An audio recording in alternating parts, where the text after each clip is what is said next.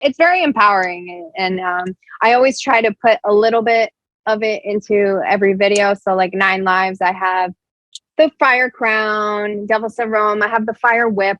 My video before that, Heart on Fire, I had the flaming heart where I was dancing in front of it with fire. So I always try to incorporate a little bit of my fire.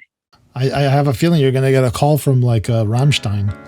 Yeah. Oh my God, that would be a dream come true. Seriously. Baby, I don't want to, but I've got to cut you loose. You just won't let go. What you're hearing now is a little snippet from our special guest, Megan Morrison, joining us on today's episode of the Innersleeve Music Podcast. The song is called Devil Said Rome, and it's available everywhere you can stream your music, including on the SoundMojo YouTube page. When you go check it out on SoundMojo, make sure to hit that subscribe button as well. We're on YouTube and all social media at SoundMojo. Now, Twitter is abuzz today over the fake Drake. Yes, you heard me correctly. Fake Drake receiving what appears to be a cease and desist notice from the real Drake and the team over at OVO Toronto. Now, Joe, this story is almost too wild to believe. It feels like Attack of the Clones is happening right now. I must live under a rock because like I was not aware of this, or maybe I just don't care. But anyway, yeah, no, just kidding. Yeah, you made me aware of this. I was totally not aware of this, and this is like something really freaky and scary all at the same time. I would definitely enjoy living under a rock if it meant I didn't have to deal with this. So definitely tell your landlord I'm looking for a place. But yeah, so I mean, for anybody who isn't aware of this guy who goes by the name of Izzy Drake, or I guess formerly went by the name of Izzy Drake, is from Toronto, and he went to Miami and started going to nightclubs dressed as Drake. Now, Izzy Drake actually kind of does look like Drake for anybody who hasn't seen him. This is a photo of him. I mean, how would you rank it, Joe? I would give him like a 7 out of 10.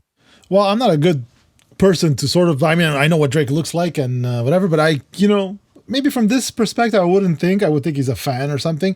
But in some of the videos, we've seen some of the eye expressions that, as we'll show you later on.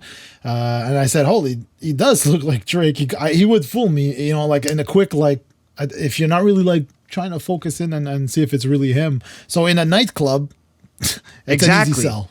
I mean, he definitely did very well at nightclubs. Not only that, but he actually started making money off this. And Izzy Drake started charging for features. He started charging for promo videos.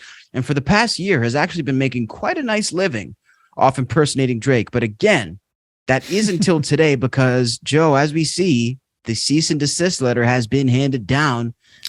And this is like recent, right? October 20th.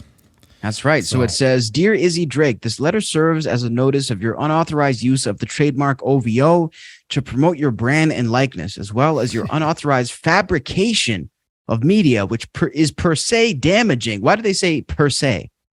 Legal jargon? Yeah, legal jargon. Okay. Damaging and defamatory to our brand. Your conducted actions are unwarranted, unwelcome, and unacceptable. And they continue to go on from there. I mean, that's a pretty scathing message from the OVO team. Yeah, and they gave him 7 days. So, like, at the time of this airing, he had to either have responded or didn't.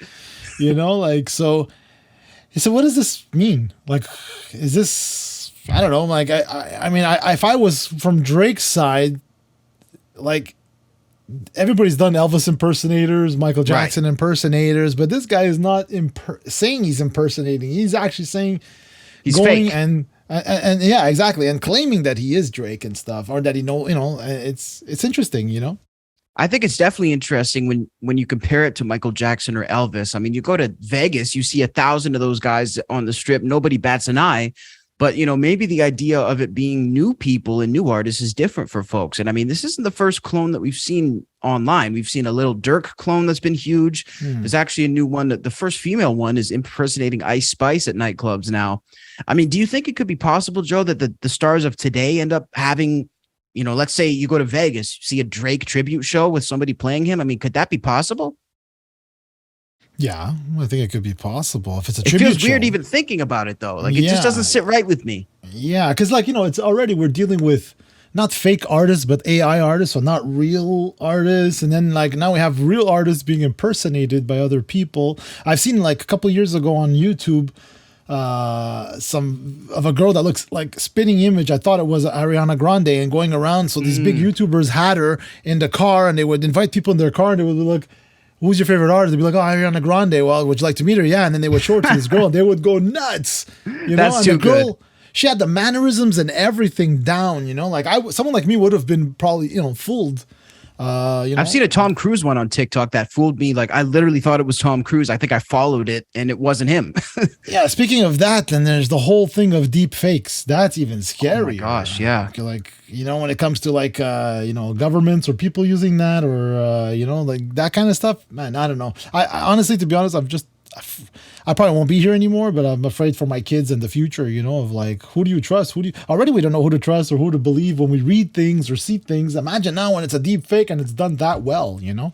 Maybe, yeah, Scary. it's a sad state of affairs when you have to think about that. Now, one question about this letter that I want to pose to our audience and to you, Joe, and I mean, maybe I should take out my tinfoil hat, but tell me what you think here. This letter looks suspiciously branded, does it not? Well, because like, I'm not sure about this. Well, Somebody would sign that's the official Drake owl, Yeah. but you wouldn't have that on. I On mean, I don't know. This almost looks. Could this be fake? That's kind of what I'm wondering. See, now you've planted that seed in my head. You're right. Because do we trust this now? This is dirty.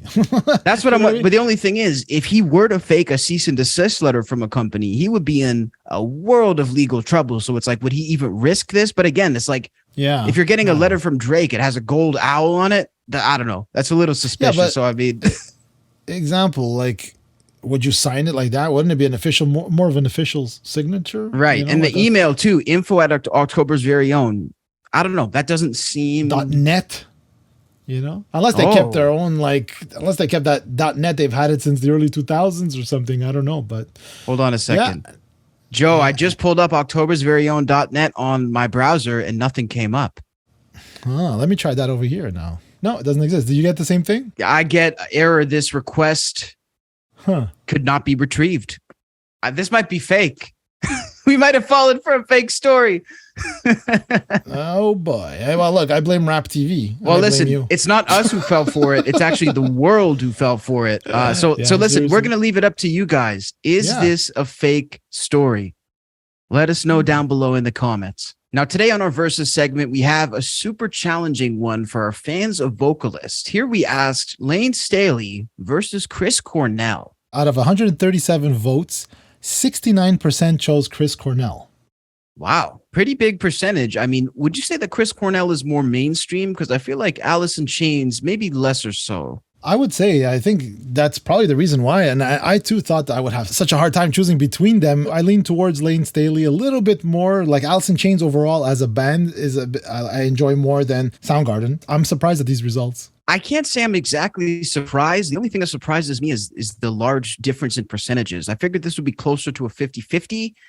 But, you know, I can't really be surprised at either one of these guys winning because they're both just so quintessential and so iconic. Well said.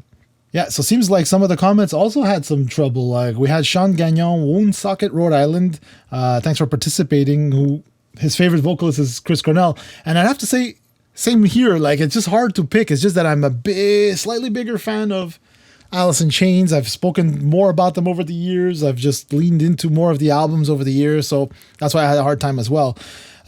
Cole, King of Losers music reviewer. This one was tough for me. Black Hole Sun is a classic, but joints like Man in the Box, Them Bones, Rooster, Wood. I mean, yeah. Couldn't have said it better myself. Comment, I was like, same here, brother. Same exactly. here. Michelle Farrell. I like Chris Cornell. I think he's got an excellent voice. Plus, he's good looking. That doesn't help. That doesn't hurt. I mean, Doesn't hurt. And then we have Mumu. Steve Perry, wrong singer. Steve Perry. Hey, I mean, Another look, a wild card fantastic answer. singer. Who should we do? Let us know. Who should we pair up Steve Perry against for the next verses? Jumping over to our weekly music suggestions. Of course, this is where you guys send us songs to listen to on the SoundMojo community tab. And we react right here on the weekly show. And Jay-Z, it looks like he's been enjoying you guys' suggestions for this week. He's vibing out. He's making me vibe out, you know? That's right. I can feel it. So the first one that we jumped into this week was a suggestion from, did R recommend this one? Yes. Okay, so AUR. The first suggestion was Bivsick. Am I saying that right, Joe?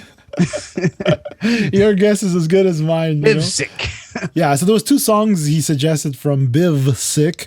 Not sure. Stay Sick and No Life. Oh no, wait, sorry, I made a mistake. It was I read that Supervision. wrong. Yeah. Yeah, Supervision is the song, but it's with Bivsick, I don't know, and Stay Sick, Supervision. So, did you give that a crack? Did you listen to it? Absolutely. I mean, first of all, like when you're first clicking this video, it brings you to this new age sort of Transformer mixed with the Matrix type of visual, which is cool. It's like the cyberpunk kind of vibe. But yeah, I like this song, and I think there's this sort of annoying sound that a lot of electronic music has. It's like this, it's sort of relentless. I felt like this didn't have that. This was a little bit easier to listen to. I felt like I wasn't getting my head bashed into the wall, you know? Man, you took the words almost out of my mouth. I said the same thing. I said I enjoyed this one more than the last suggestions of straight up dubstep or whatever genre it may be. And because this one is more melodic in general, instead of just like, big, what I like to say, like, it sounds like, you're smashing pots and pans kind of thing, which is what everybody used to tell me about Metallica when I was listening to that. What is that? Pots and pans, pop, pop, pop, pop, pop, fast, So anyway, and it reminds me of a lot of drum and bass, which is like almost like the precursor to dubstep a bit, like in the sense of aggressive, like little, fast beats. But the No Life one, it's a little more dubstepish for me, but like I enjoyed definitely both the of them. opposite of what we're saying. Yeah, exactly. More straight up, and I enjoyed them a bit better than, let's say, some of the other straight up dubstep stuff. I definitely enjoyed it for sure. Like I think, it has more of a percussive element to it than a lot of other dubstep. So like, I think I like the sound, and I think I'm warming up to this sound, little by little. So it's definitely, I would give that a positive review, honestly. There you go. Thanks for the suggestion again, AUR. Keep them coming. That's right. Next, we have Game X Simmons with Mr. Marionette by Malcolm Brickshouse. This is a brand new tune, and I find I like it. The more I like it, the more I like it. But I figure he's trying to say the more I listen to it, the more I like it.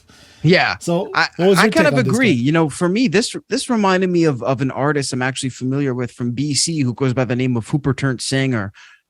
Just the cadence in his voice was really cool. I like how it was mixed with like a indie rock or like rock and roll kind of instrumental in a way, but it was also kind of rap in a way.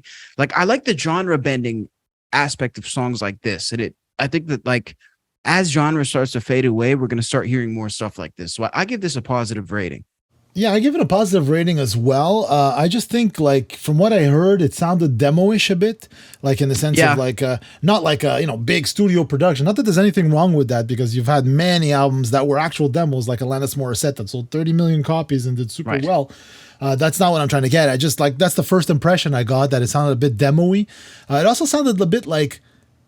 Yeah, because I'm not sure, because it's all written, recorded, mixed, produced by the same person. So maybe the person does know how to program drums or use the beat or something. But it sounds like sort of like the beat and the music was already done, and it's like just throwing vocals on top of it kind of thing. Right. And also, like you said, about the genre blending was kind of cool, because we might be hearing like a new movement. You know what I mean? Like, I think so. That's why it sounds a bit like that, because it always comes from the ground up, right? Synthwave came out, and then it became everything, like the Weeknd, all of a sudden you get to that level of the 80s kind of pop synthwave kind of stuff, So we might be at the cusp of something really cool that in 5 years would be like, yeah, remember we were talking about this guy, So it'd be really cool to see. I definitely like it though, and shout out to all of our up and comers out there who are experimenting with those genre bending sounds.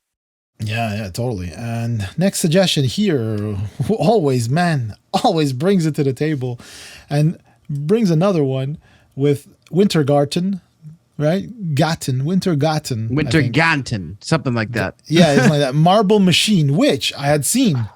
Had you seen saw that? this before? Really? No, I've never seen this, man. Yeah, when it first came out, and it was like, what? And like so cool.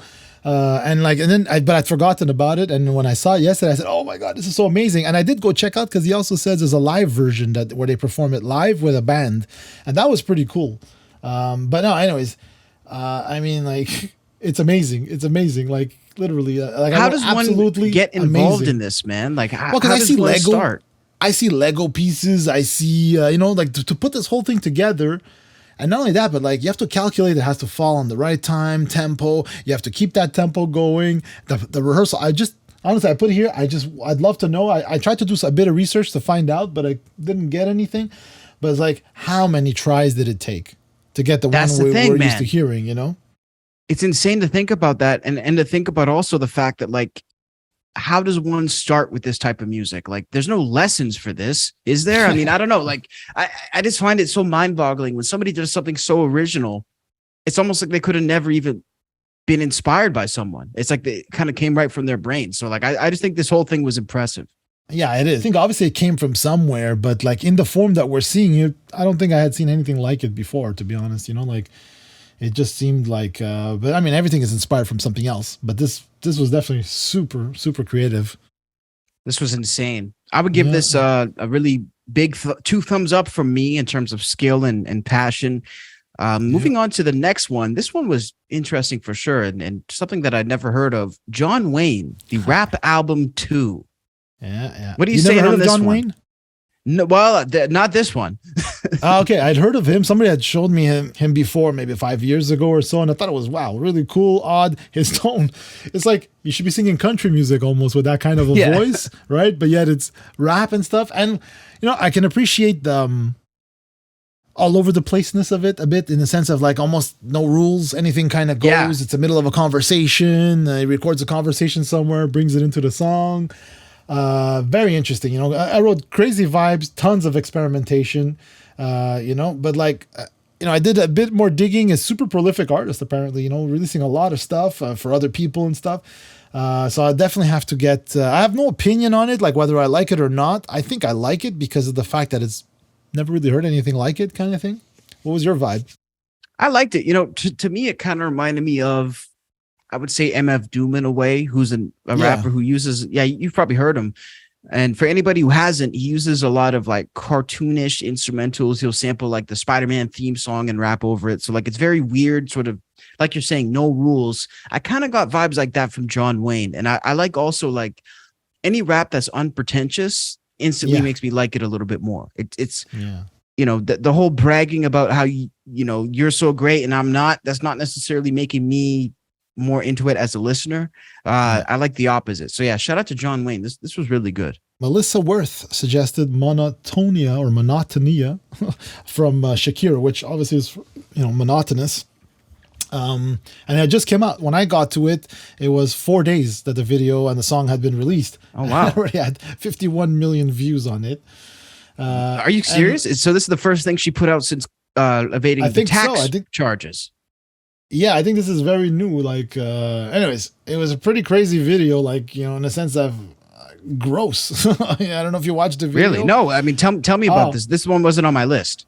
Well, like in the shopping mall kind of thing, and no, not shopping mall. Sorry, like in a convenience store, a guy and a girl, and it's in Spanish, so I don't know the lyrics and stuff. But I mean, monotonia probably means like breaking the monotony of life or whatever, or love. And like there's just a real, like a heart the whole time, a real heart just bouncing and breathing. But like out there, they're walking over it. It falls, food falls on it. It was like, it just grossed me out.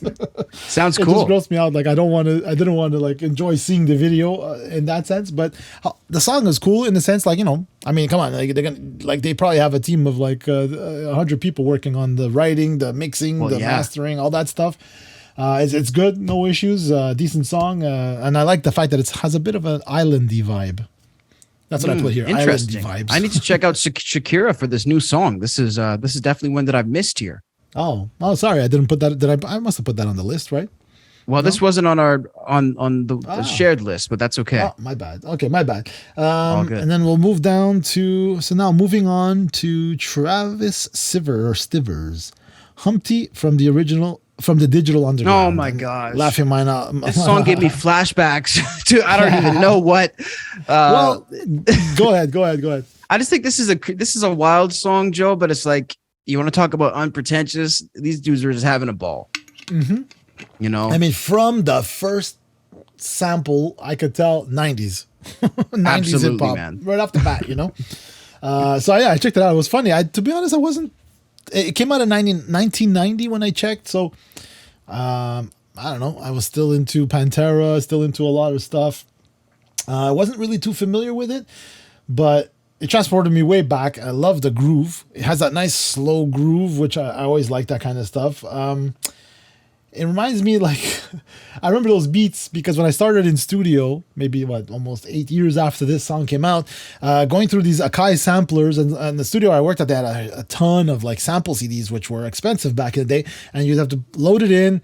It would read the samples, and you would audition them with a keyboard to see, I like this one, I'm going to use it on this song, or I'll use this loop.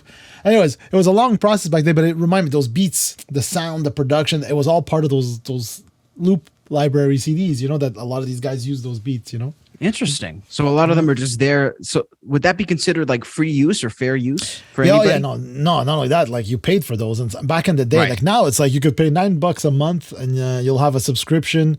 And you have like millions and millions of samples and sounds that you can use royalty free in any production. And this back in the day, it used to cost you maybe $100-$200 for that CD-ROM full of loops. And of course, yeah, they were royalty free. That's why you hear everything sounds the same. You know what I mean? Because like everybody was using the same libraries, the same loops, the same sounds, you know? So that's why a lot of stuff has a sound, you know, because that's just what works, right? And then That's where when it's one coming guy starts to really make it, then like everybody is like, oh, I want that 808 like him. Oh, I want that snare like him. You know, I got to use that sample too, you know? Like, you know, that orchestra stab that started in the 80s, right? Like, first time I heard it was Yes's Owner of a Lonely Heart with those, bang, those big punches. But they were everywhere, you know? So that's what 100%. It is. You know? Like, moving on, HWC Transgender Ministries, Spice Girls, To Become One. This one was interesting, actually. I'd never heard this before, but this was the softest I've ever heard the Spice Girls. Yeah, exactly. You know what's funny is like I didn't remember the title, but as soon as I pressed play, I said, "Oh yes, this is the, you know, like this is probably the one song I remember of theirs that I was like, oh, this is nice. This is like different. Not that anything was, you know, again as usual, everything is great. I like those other songs, but this one was different." And like you said, it was slower, had a different vibe, and I loved the warm vocals, like when they were, you know, I forgot the line now, I'm not going to attempt it, but like, I remember back then being like, oh, this is really cool. And I was getting into the whole producing. So I was looking for this kind of stuff to like inspire me to write and, you know, try to place my songs and get myself, you know, on these, get some artists to take my songs and, you know, get me out of, you know, get me into the mainstream. What did you think of this song?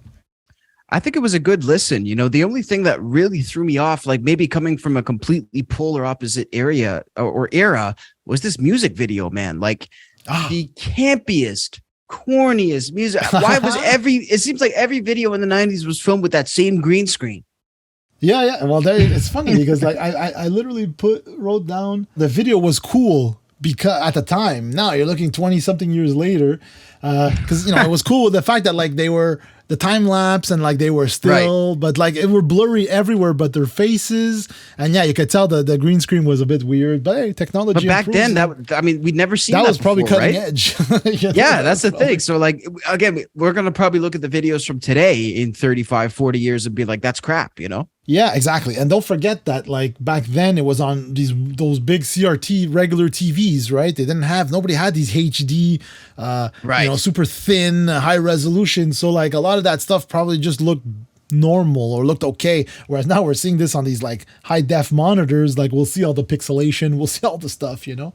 It's going to all show now, right? Yeah, exactly. That's it, you know? So that's why like when you watch movies like, you know, a bit of a tangent here, when you watch anything, like literally anything from like filmmakers like Stanley Kubrick, like you watch it 50 years later, it still kicks ass. It's still that's why they're the greats, right? I watched 2001: A Space Odyssey in 2016, and I literally thought it was just filmed. Like it still looked so good. Like not everything. Obviously, some stuff is very cheesy or gets dated, but like even some of those other movies, like at the same time, it was the Vietnam movie. I forgot what it was. One of the big ones. Oh, the Metal Jacket? Or the Apocalypse Now? That's it, Apocalypse Now. And it was like, I was watching this. I was like, was this just filmed like last year? Because it still looks incredible. Looks insane, man. And that's it's so crazy. And gives credit to like, obviously the people behind the camera, you know, and the directors, all those people, like that talent, the director of photography, nailing the focus, nailing everything, the colors, but also like, you know, like with audio, whereas everybody reveres tape, film, look, it held up so well, right? And it gets transferred to digital and it still looks amazing. So yeah, man, they had something. They knew what they were doing back in the day, you know. They did. They definitely knew what they were up to. And our last suggestion here is from Anton. I will not say. Oh, we have Kjelsen. Sorry if I destroyed your name there. Shout out Anton. Yeah, but great suggestion though. But Shark Feet by Loomy Gloomers. What'd you think of this one?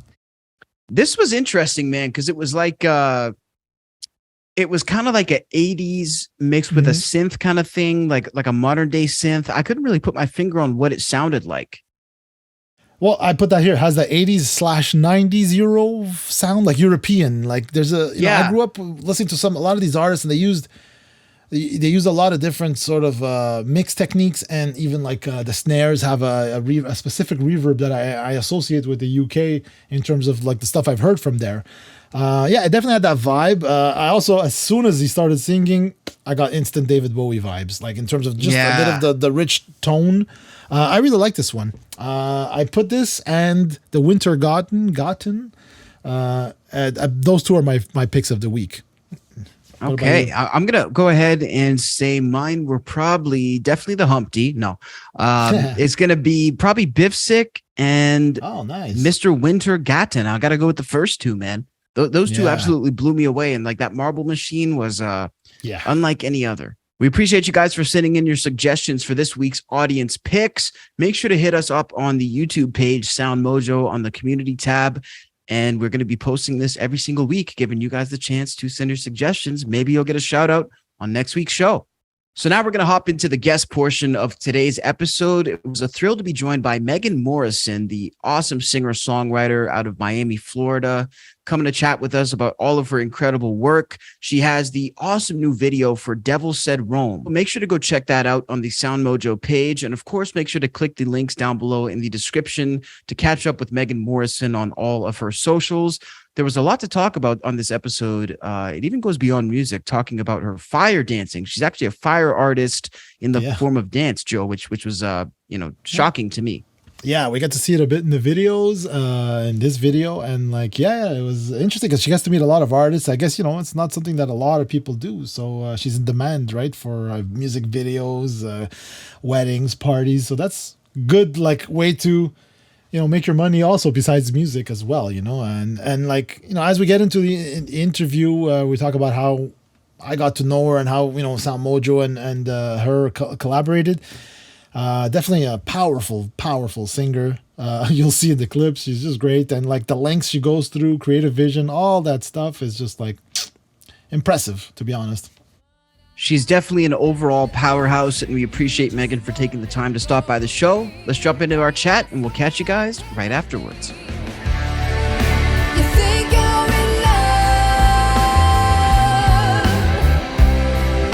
but I'm not in love. You think you're in love, but I'm not in love.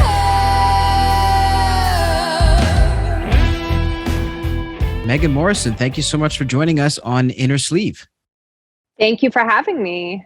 Yes, 100%. So, I mean, before we jump in, obviously, we just wanted to check in, knowing that you're an artist based in Florida. How's everything going with the hurricanes and everything that's been going on out there, just off the top?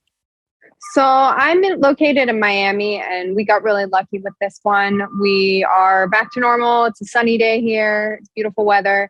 The West Coast was not so lucky, and it looks like they kind of got obliterated over there. So, obviously I have everyone in my thoughts. I have some family over there that had to evacuate to this side. They're safe. But we got really lucky where I am. So all is well here. Oh, good to hear. Yeah, definitely glad that you're safe. Thank you. Appreciate it.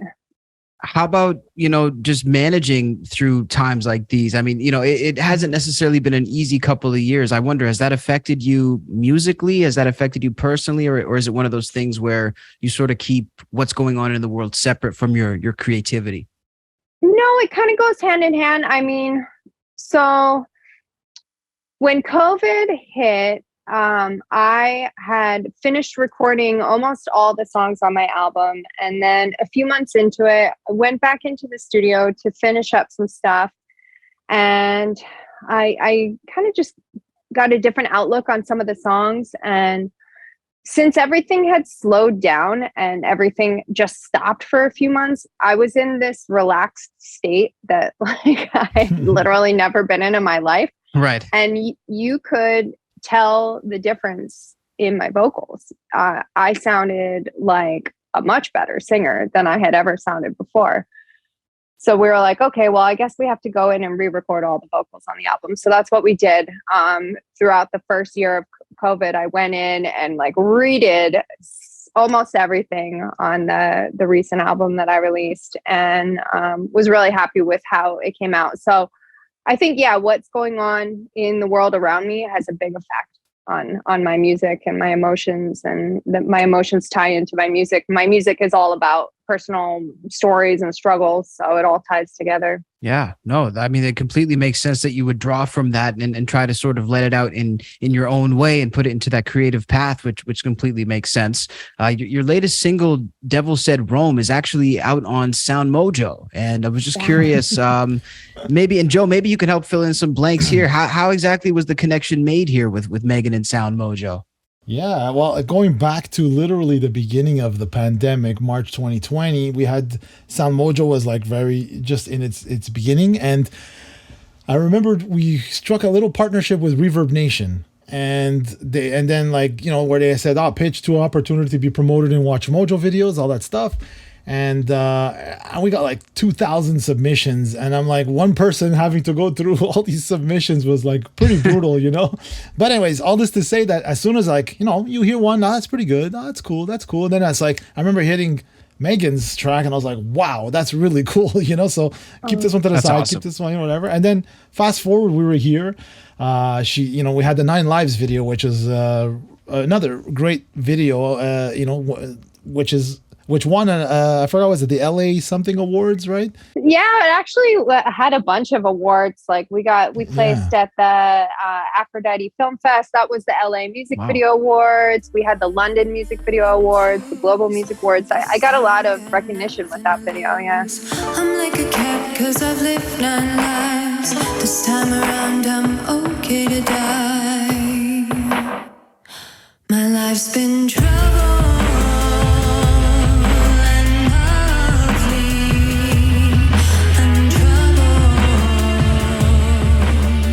That being the summer of 2020, we got the song on and in the rotation of promotions. But then we also put on the SoundMojo virtual music festival that we put together in October. Well, it aired in October 2020. I saw this as a viewer at the time, so you're taking me down memory lane as well. Yeah. Well, yeah, it was quite a actually the most difficult part, the most impressive part about it was that like here we are at the peak of this whole like shutdown, and I had artists like Megan in Miami, another one in Russia, another one in India, another one like all over the map literally, and it was hard to get like, okay, I want to sort of appease everybody so that they can be awake while it's actually airing and not like 3 a.m. in their country and stuff. So that was the biggest hurdle I had to get to, is just to make sure everybody's sort of scheduled at a nice time. And Megan also participated with a fantastic acoustic version, and that's what like I was always touched, because like Megan went into the studio, which you're not supposed to go anywhere to record these things, and a couple other artists did the same thing. So it was very like, you know, very nice. You know, I was like very humbled by it that they would make this huge effort to go and record these songs for this festival, you know.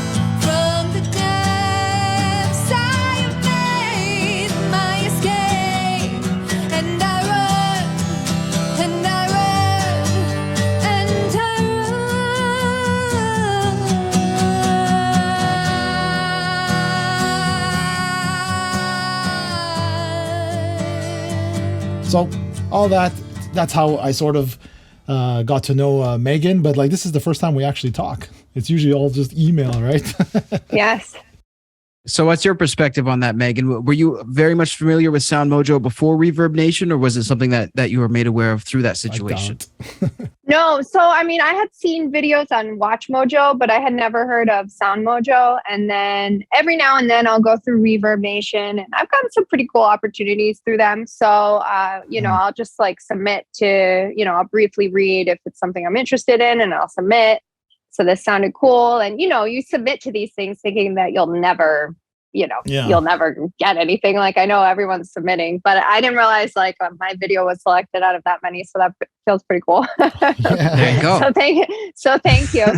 Yeah, I don't know. So it started with that video. And then I remember there was a little clip of my music video that played on a SoundMojo video, and it got like over 1 million views. And I was like, oh my God, this is huge. Yeah. And yeah, we got a lot of views on the actual music video as well. So that was a really cool opportunity. And Joe was always like really nice through email. Sometimes people are like a little weird and they're not very responsive. You never know who you're getting on the other end of these things. And he just seemed like a real, genuine person, which I always appreciate because I'm trying to be as genuine as possible. So I was like, okay, I can tell this is like a human being on the other side. So I wanted to keep that connection open. And then with the festival, that was an awesome experience. And yeah, we were like sneaking into the studio, and that was the same time too. We were re-recording a lot of the album too, so we were already in there. So that was like a really fun thing to be able to do during COVID when there wasn't too much going on. Definitely no live music going on. So I thought that was really cool that you guys did that. So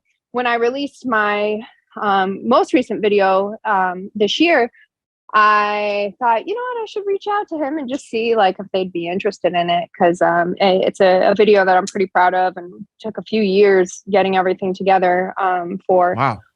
So I was really happy when Joe responded and was like, yeah, we'll put it on. It's like, awesome. Yeah, no, so thank you. Thank you. My pleasure. We always just look for quality, and stuff. And, the video, like the song is already great. And I remember the acoustic version you had done for the festival.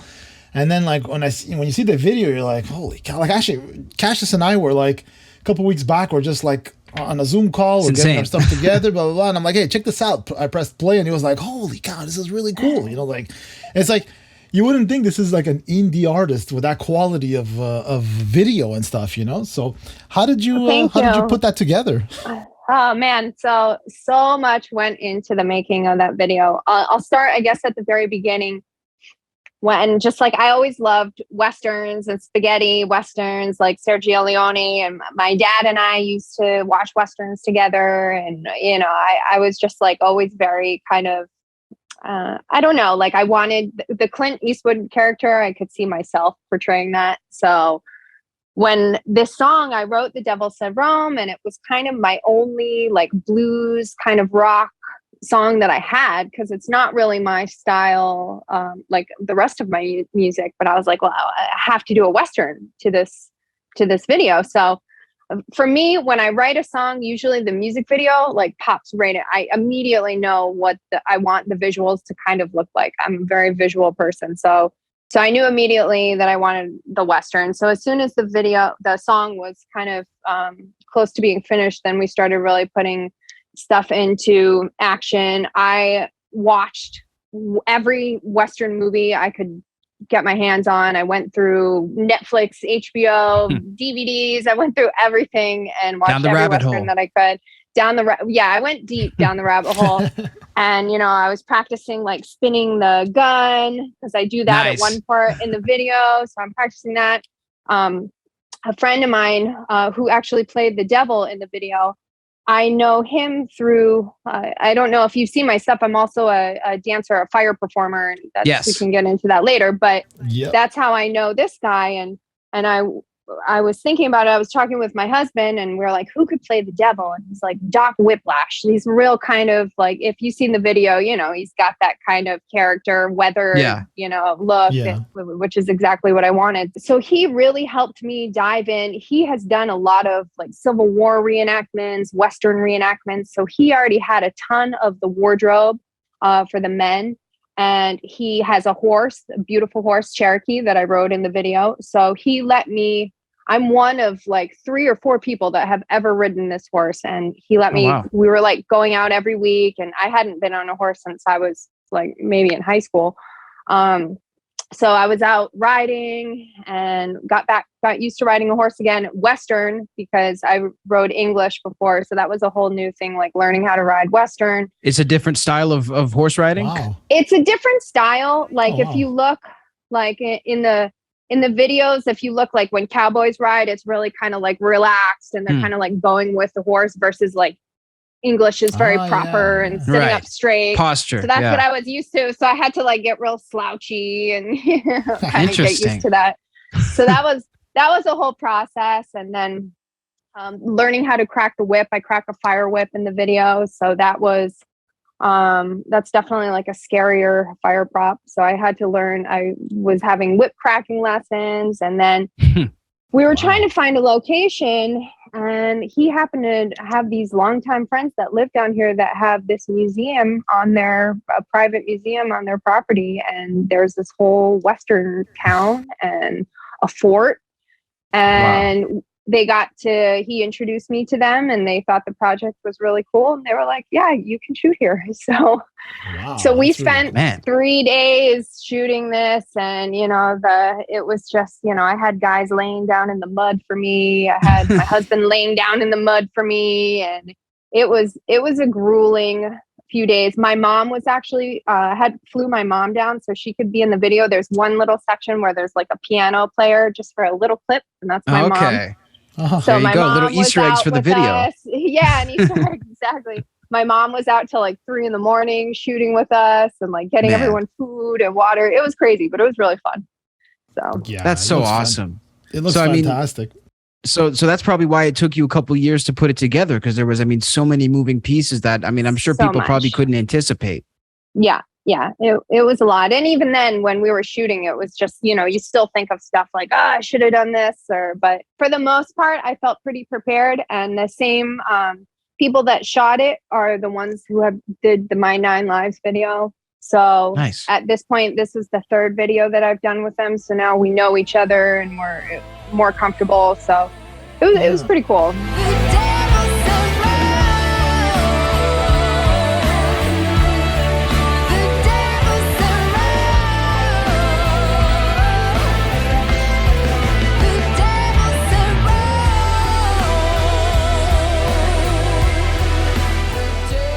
Piggybacking on what you said about me too, like if I write music, I already have a visual of either a video or inspires me, or a person or something comes in my head, in my mind about that kind of stuff. But like when it comes to a video, for me, I don't know, I need a Hollywood budget to be able to pull off what I have in my head.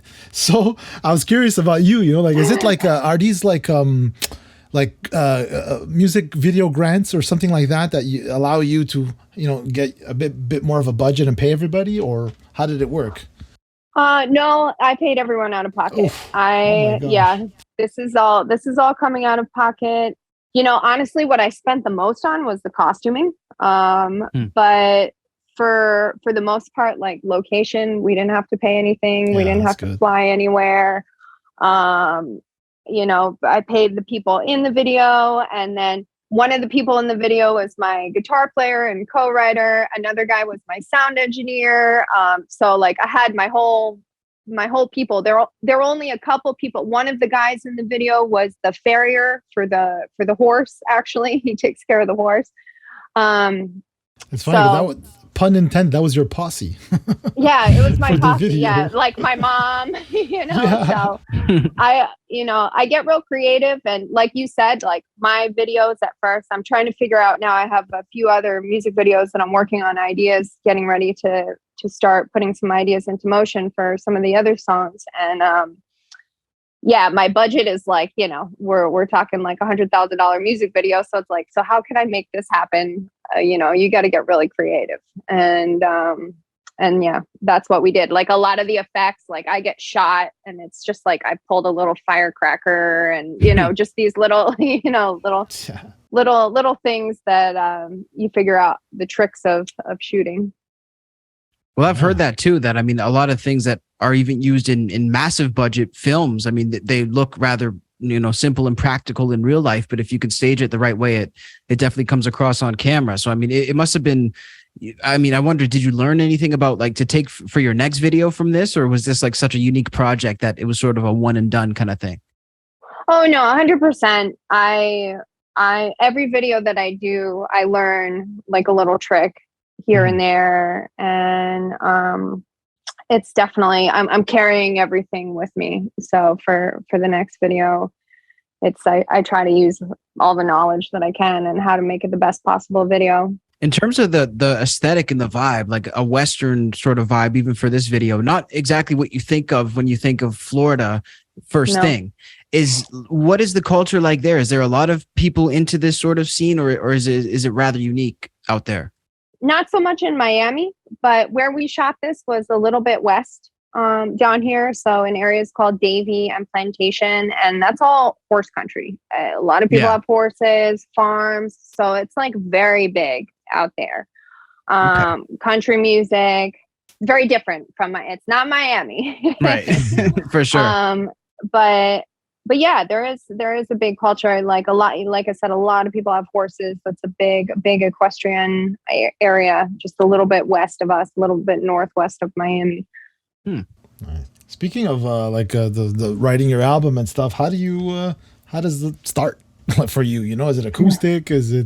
Are you in your own studio kind of thing? How do you work? So with Devil Said Rome, that actually started, I was singing with another band for a little while called Rev Lover. And I kind of had picked up the acoustic guitar after not playing for a while and was like determined to start playing again, and fooling around on it in my living room one day. I'm looking at the ottoman right now where I was sitting when I figured out the chords, and I think the chords I strummed on the chords, and then the lyrics started to come, and then I just built the song around that. So that's one way. Good Company is another song on the album that has a piano intro. That song started with me just doodling at my piano, and then that one for a while had piano part with no vocals. That one took a little while for me to get the vocals. Sometimes I'll have I have books full of lyrics that have no place, and I'll look through my lyrics and be like, oh, does anything hit this, fit with this melody? And I'll fool around with that, and I'll build the song off that. Or sometimes I'm driving in my car and something pops, and my voice memos are just like full of ideas. It's always like an inconvenient time when I can't write anything There's a train down. going So by, you're just like, I'm trying to record, and you can barely hear me. I'm on the highway, but so there's really no it just kind of happens how it happens. I wish I could say I had more of a process, but I don't. And do you have like a recording studio set up at home, or? So I have a home studio set up that's currently covered in costumes. I've been performing a lot. So nice. It's kind of a mess. That's cool. A lot of if you go on my Spotify or Apple Music, you'll see I do a lot of electronic music as well. I do a lot of collaborations with different DJs, and most of those vocals I record here by myself. I just use Pro Tools. I have a nice Neumann mic, and it gets the job done. For this album, I knew, I needed a real professional. So my guitar player introduced me to my sound engineer, Shane Stoner, and he had a home studio that's got everything you can need. Nice. And I do better in small, intimate studios than I do. I've spent the money and gone into some big recording studios down here, and I just, sometimes they just feel drafty and big, and it's just, I lose something there. So when I'm comfortable, that's when I'm singing my best. So we recorded this all in a small little studio. That's where the album was all recorded. And most of the instruments were recorded there, drums and bass. We recorded at some bigger studios here in Miami. But a lot of it was done just in this small little studio. And my sound engineer, Shane Stoner, he's worked with a bunch of people, Enrique Iglesias. He's done some pretty big albums as well. And he was one of the people in the video, like I mentioned. So he's one of the poker players in the video, if you watch it. There you go, man. That's so cool. So, I mean, how about in terms of your influences and people that you sort of look to? I mean, who really impresses you in terms of music or aesthetic that you watch? Muse is my favorite all-time band. Matt Bellamy is just been one of my favorite singers probably since early 2000s, maybe 2000, I think 2000 or 2001 is when I discovered Muse. And I always felt like with my voice, I always really wanted to have that like raspy rock and roll Janis Joplin kind of sound, but I'm classically trained. I went to college to study opera, and my voice, no matter how hard I tried, it was really hard to like get that kind of clear quality out of my voice. And I thought like, well, maybe I'm not meant to sing rock and roll. Maybe I can't sing this style of music. And then when I heard Matt Bellamy sing, like his voice is just like out of control, and he sings these amazing rock songs, but his voice is like very operatic, and I had never heard that, especially in a male singer. And I was like, oh, that's cool. Like I was hooked. And so he's been a lot of like, you hear like little piano parts and bass lines that are definitely inspired by Muse. I've looked to them for a lot of inspiration. Yeah. Wow. Great band. Yeah, they're a band that where would you recommend somebody would start if they've never heard Muse, if they're out there? And Absolution. By that I mean me. Yes, Absolution. yes. Okay. They're earlier. So Yes. I'm one of those people that's like, yeah, but their new stuff isn't good. You got to listen to their earlier stuff. But I have to say their newer material is going more towards pop and not so much my style. Their newest album, there are a couple songs that hit pretty hard. The last album I liked, they got really synthy, and I like a lot of synth too. But there were a couple albums in between there that I'm not going to lie, I didn't love many of the songs on. But their earlier stuff, man, The early is so stuff. good.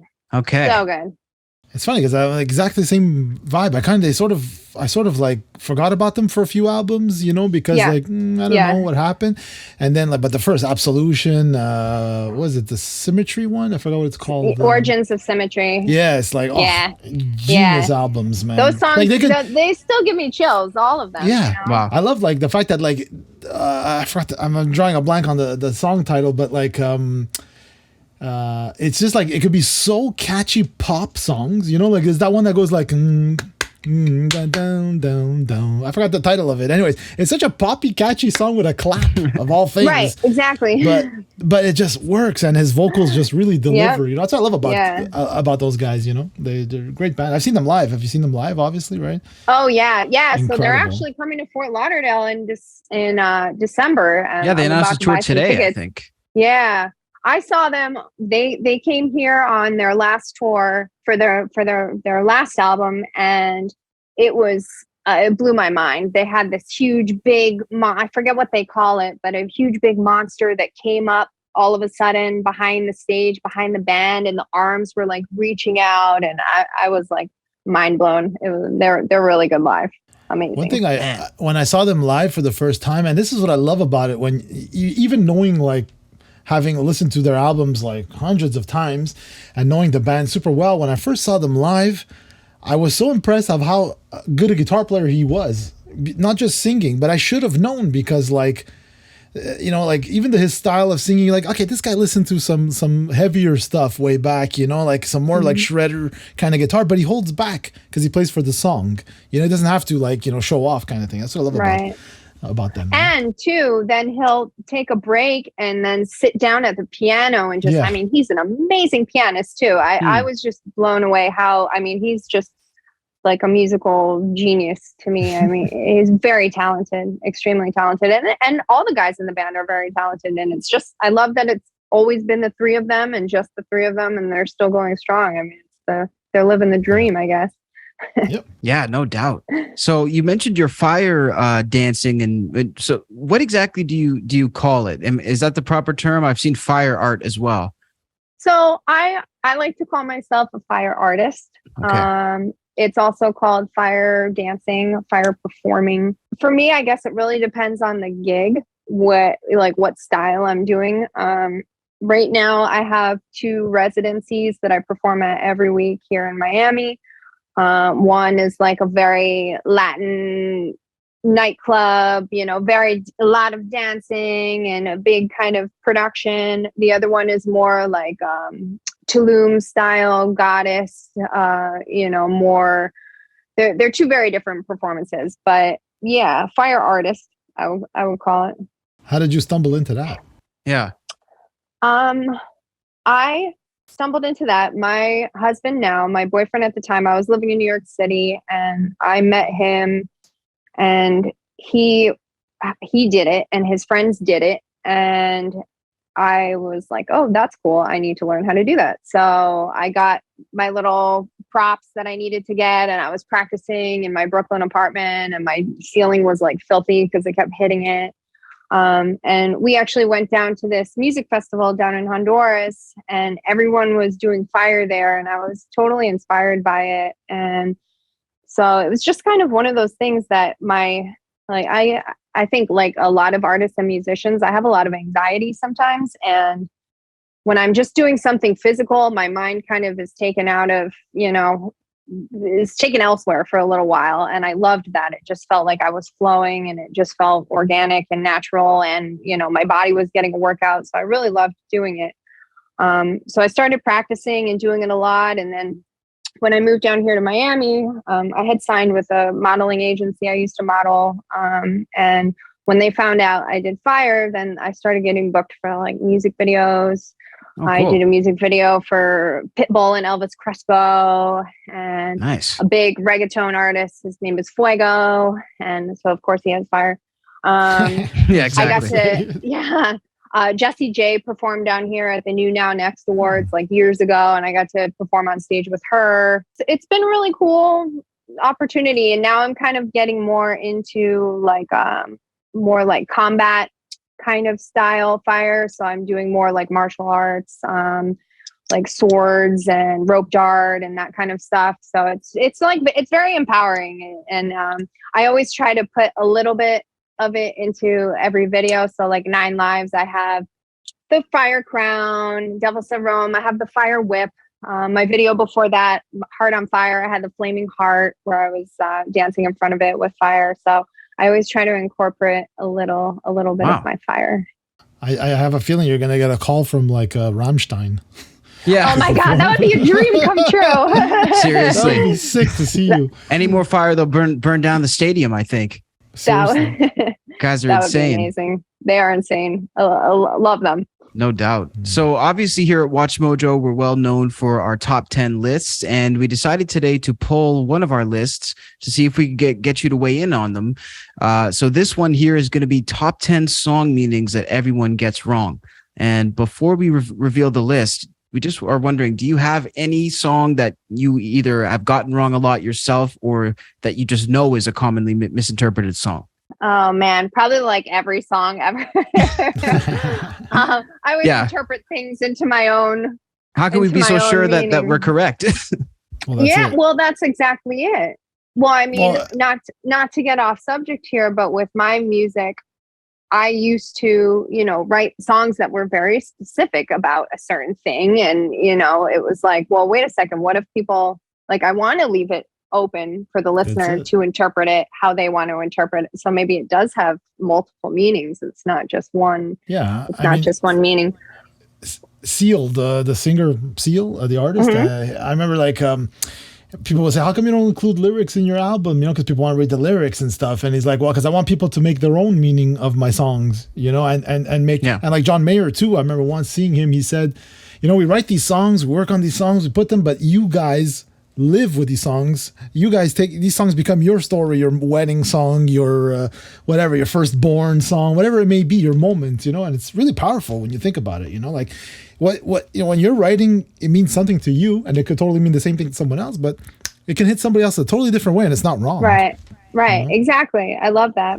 I mean, so right now I can't think of anything off the top of my head, but when I was a kid, so my dad and I used to listen to Led Zeppelin on repeat, especially if we're cleaning. And when I was 7 or 8, yes. Oh my God, I didn't even notice. Yeah, I just have a shirt on. That's funny. I almost wore my Led Zeppelin shirt. That's really nice. Funny. So I knew I had all the lyrics memorized, and I was probably 8 years old, and I was singing the Lemon song, and I thought it was about lemons. About lemons. Yeah, there you go. That's a perfect example. Much later did I find out that it was not about lemons, but to me it was just a happy, cool song about lemons. So I guess that's the best example I can think of. That's a classic. The literal interpretation, right? Right? I don't know, Joe, if we want to go through the top three, or do we want to reveal any others from the list? Well, I'll just see what sticks out to me in terms of here. Wake Me Up When September Ends, Green Day. Apparently, people are getting that wrong. One of Green Day's most vulnerable pieces of work. There's no question that this hit rocked listeners. Yeah. Let's go on. Okay, so the music video's depiction of war along American Idiot's central theme, George W. Bush era American life, may lead listeners to believe that the song... the song references 9/11, right? When September ends kind of thing. Right. However... Billy Joe Armstrong has gone on to state that the song's intent was actually express a much more personal loss, and of his father died when he was only 10 years old. Wow. Wow. Yeah. There you go. See? So, and then let's say, so basically the top three, number 3 was In the Air Tonight by Phil Collins. Apparently people think, people wrote this song witnessing someone drowning while another man refused to help. Right. That's allegedly. what I always thought. Yeah. So it turns out that he was actually expressing his emotions during a devastating divorce, which I knew about. That I knew. So anyway, that's that. Number 2 is the classic Every Breath You Take. Everybody thinks it's such a nice romantic song, but it's a stalker song kind of thing. God. That song is so creepy. Yeah. That is so creepy. And apparently number 1, Born in the USA by Bruce Springsteen. Let's see what they say here. I feel like it's hard to misinterpret that, but it looks like I'm going to be wrong again. Here it says the essential 4th of July power ballad kind of thing conjures up images of American flags, fireworks. All the while, the ever-popular chorus repeated again and again. It's hard to believe that this song is played right next to the likes of God Bless America. Anyways, he then goes off to war killing the yellow man, and things get worse from there and there. So it's kind of almost like racism, or like, that type of song. So it's seen as like a positive national anthem when really it's not exactly that. Wow. Well, there you go. It is a popular one. Yeah. Unbelievable. Well, that's quite the top 3. I mean, I definitely, the Phil Collins one definitely threw me for a loop. So Megan, how about you? How about for your music? What are you hoping that people listening to anything new from you take away from it? I mean, what are you hoping to leave them with in terms of a feeling or a vibe? I want people to feel inspired and motivated. This album really kind of takes you on a journey. It starts with a requiem that's not even like a rock song. It's like a classical piece of music that I wrote. That's kind of like me coming out from the dark. I don't know if you guys know, like, I'm very big in the recovery community. I'm in recovery myself. I've been sober for over 7 years, and I decided that I decided I really wanted to reach out to people, not just people in recovery, but anyone that may be struggling with mental health issues, or just like, especially after coronavirus, like, man, just life can be really tough, even if you're not dealing with, some serious stuff. And I wanted to take people on a journey and like show them, like, some of the songs are really dark, and I wanted to show people how that darkness felt, but also, the verse will be dark, but then the chorus will lift you out of it and tell you, like, in good company, like how, like, once I got away, and 9 lives, once I got away from that darkness, like how the light felt and how I just kept running towards it.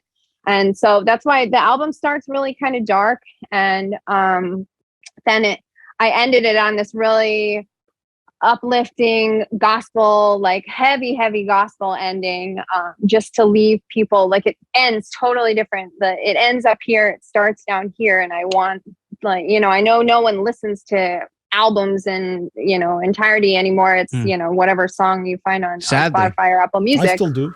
But I encourage people to listen from beginning to end, because it takes you on a journey, and it really tells a story, and it leaves you feeling really like, fill me up. It's still, when I listen to that whole song through and listen to the very ending of it, I still get teary, because it just feels like it's really powerful. And I want people to see that I struggled, and that there were really dark times in my life, and I got out of it. And, I still struggle, like everyone does. The anxiety, depression comes and goes, that's life, but that doesn't have to completely consume you. And that's really what I want my listeners to be able to interpret the songs to their own meaning and apply them to their own life, whether they're struggling with addiction or they're struggling with, a relationship, or they just don't like their job and they need a change. I just want people to feel motivated and know that they do have the power to change their circumstances, their lives, and yeah, just trying to put a positive message out there. That's awesome. Megan Morrison, thank you so much for your time. We really appreciate you stopping by Innersleeve. Thank you so much. It was my pleasure. I really appreciate you guys taking the time to talk to me. Our pleasure. You think you're in love, but I'm not in love. You think you're in love, but I'm not in love. Huge shout out to Megan Morrison for taking the time to join us on episode number 97 of the Innersleeve Music Podcast. I have to say, Joe, overall, just a person with a really good creative vision. That's how I would describe Megan. Just she has the vision down, from the choreography to the style to the sort of aesthetic, and she just puts all those pieces together in her head, and she has a really good knack of bringing it out. Yeah, and that's one thing I personally struggle with. Like, I have a lot of ideas and visions and stuff, but like actually putting it together and making sure that like the day of filming, what you need, you didn't forget anything, because you always forget something. She even says that, I should have done this, I should have done that, or maybe we should have tried that. But like, yeah, definitely to have that kind of a vision. And like, even I was shocked, like, because here in Canada, when you get this type of video, not always, because like some artists do pay out of their pocket, but a lot when you see like some of these videos, it's factor sponsored or grant, music grants or video grants.